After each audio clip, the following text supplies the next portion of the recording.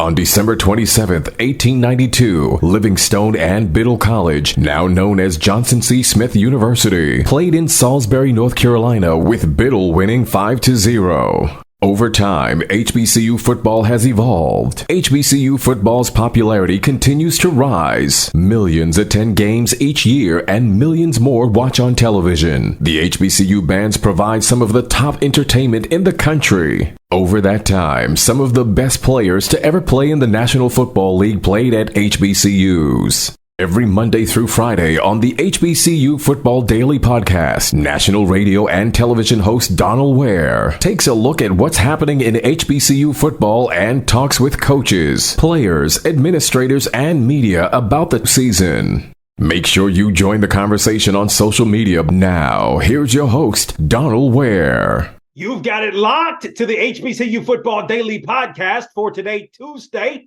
August 1st. I'm Donal Ware. August is already here, and most HBCUs have begun fall camp in getting ready for the season, which kicks off on Saturday, August the 26th. So we got 25 more days, just inside of 4 weeks remaining until the start of the HBCU football season. Super, super duper exciting. Just as a note, on tomorrow's HBCU Football Daily Podcast, we're going to discuss the HBCU All-America team, the preseason All-America team, which is going to be released a little bit later on today. So the HBCU Division II Coaches Poll, powered by BOXTOROW, was released late on yesterday, and no surprise, Benedict picked to repeat as champions. 17 of 22 first place votes for the Benedict Tigers, followed by Fayetteville State at number 2. The Broncos received 3 first place votes, and Benedict picked again to win the SIAC, while Fayetteville State is picked to win the CIAA once again. At number 3, Virginia Union, followed by Tuskegee at number 4, and only 1 point separated these two teams. Fort Valley State rounded out the top 5, and we're going to talk some SIAC football probably tomorrow on the HBCU Football Daily Podcast. 6 through 10 look like this: Bowie State, Albany State, Virginia State, West Virginia State, and Lane rounded out the top 10 in terms of the HBCU Division II Coaches Poll.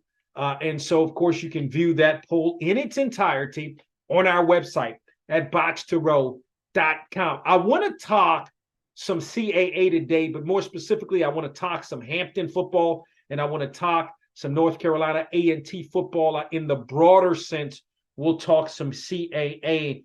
And so, as you know, Hampton is getting ready to begin its second season in the CAA. Meanwhile, you're looking at North Carolina A&T, who is beginning its first season in the CAA.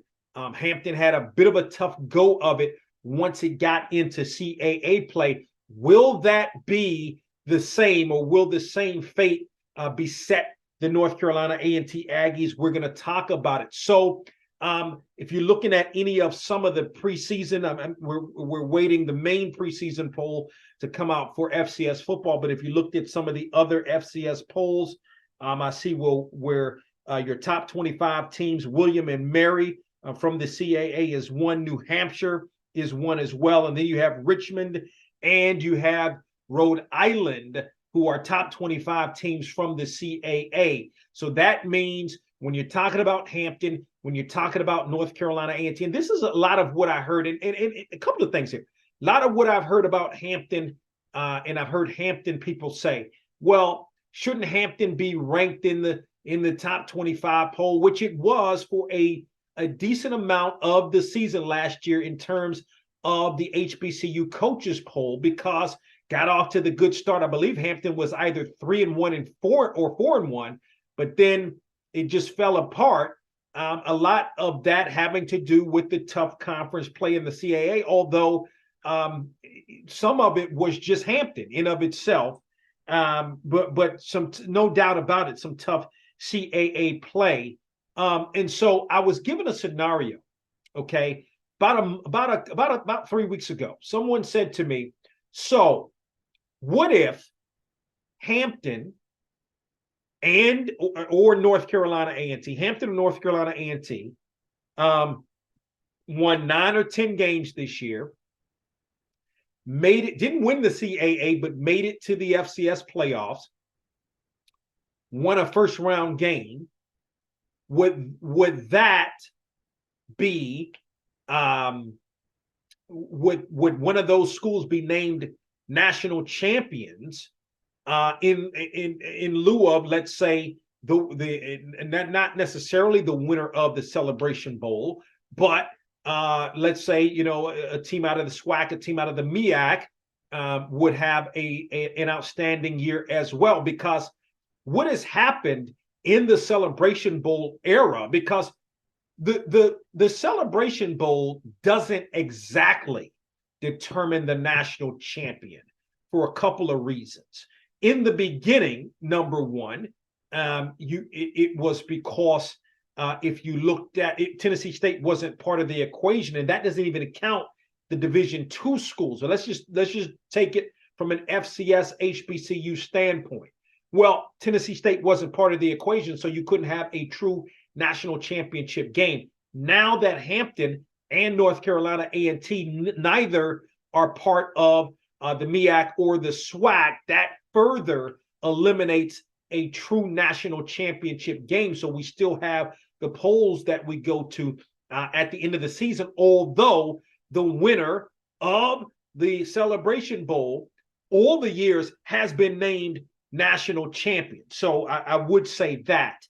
But let's say that was the scenario. Somebody presented this to me. I said, well, of course, the voters vote, meaning the media members who vote on the media poll vote, the coaches who vote on the coaches poll vote. But I think a strong argument could be made. And let's look at Tennessee State as well, maybe to a lesser degree, because even though the OVC and the Big South have merged, because if you look at it, when A&T joined the Big South was a very strong conference. OVC, as recent as 2018, 2019, very strong conference. A lot of members left both of those conferences. And so those conferences have merged for football purposes. So you have, I forget the official name, maybe the Big South OVC Football Conference or whatever it is.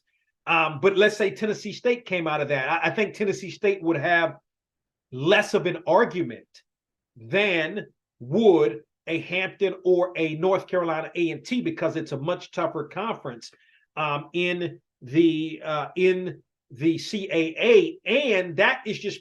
And I just named those 4 teams.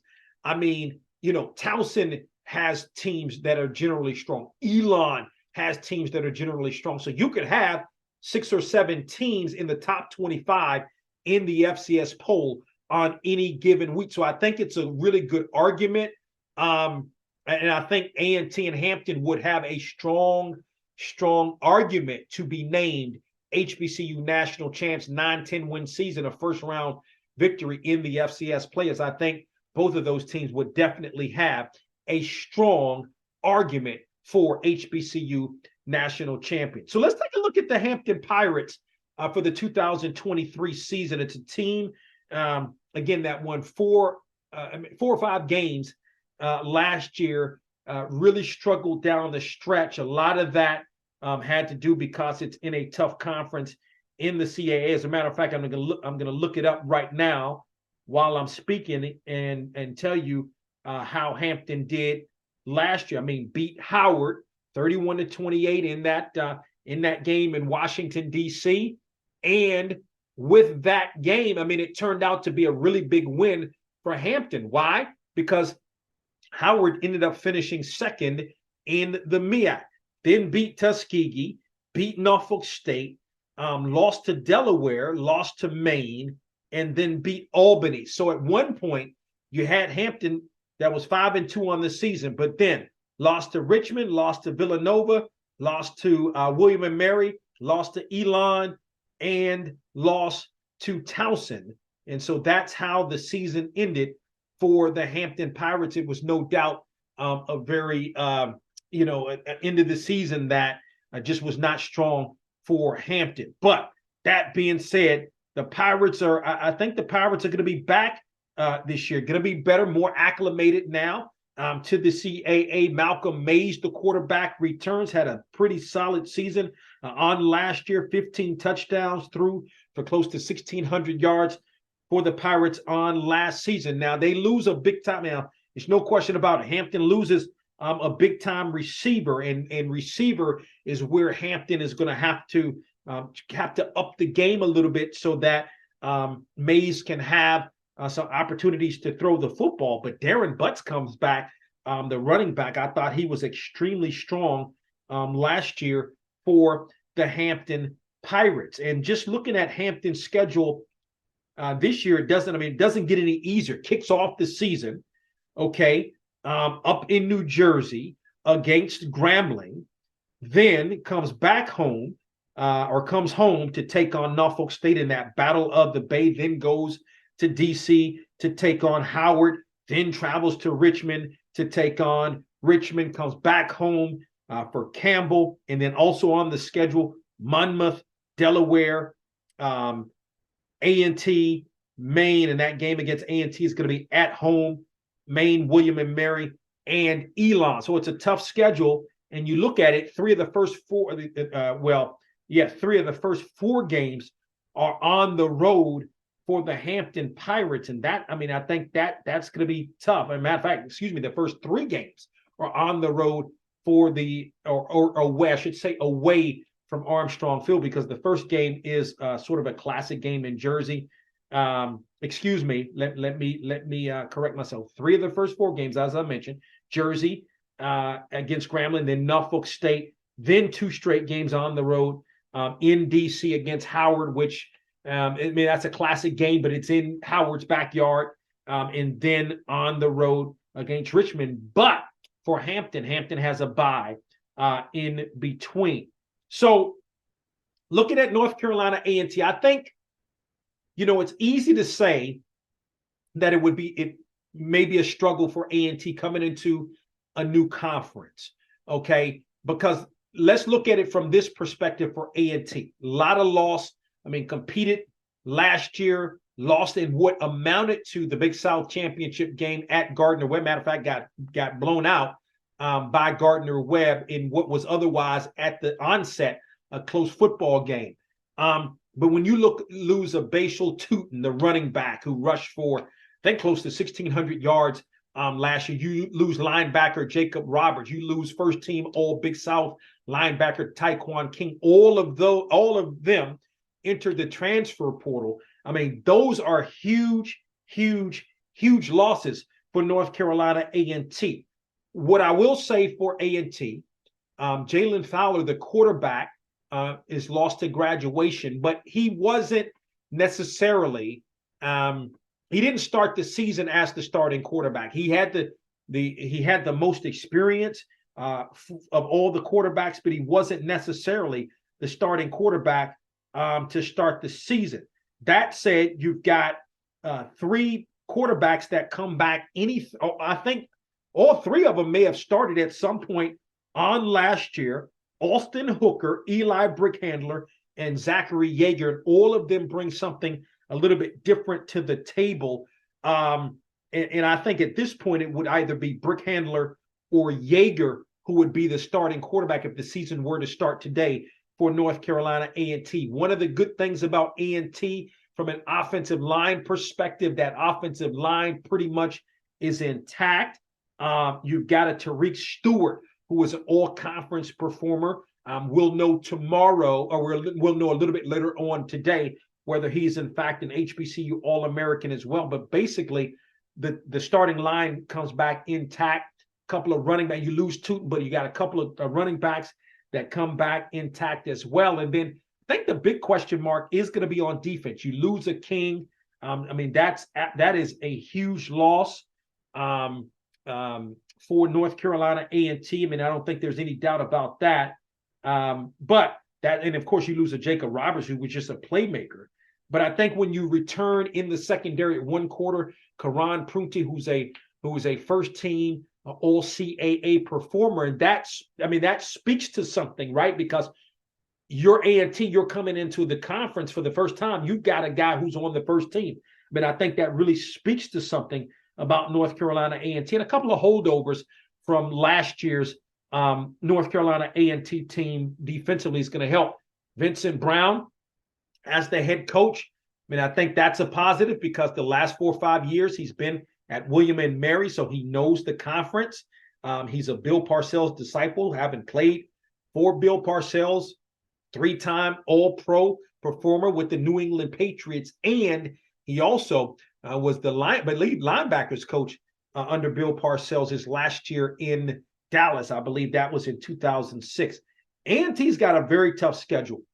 August 31st at Birmingham, Alabama, at UAB, so that's stepping up, FBS. Then the next week, hosting the defending HBCU champs, a rivalry game in North Carolina Central. The Eagles won that game in Charlotte last year. This game, the game this year is going to be in Greensboro. Then Elon, right? Elon is, a member of the CAA. And those two programs are separated by about 20, 25 minutes or so. So that's another rivalry game. And then Norfolk State on the road. So much like Hampton, for A&T, 3 of its first 4 games are away. But then for A&T, 3 straight. No, that's not quite right. Okay, Villanova, then Newark. Then going to Delaware, Newark, Delaware, to take on the University of Delaware. But then A&T would have a stretch of 4 games at home, which could help North Carolina A&T. So the cupboard's not bare for the Aggies.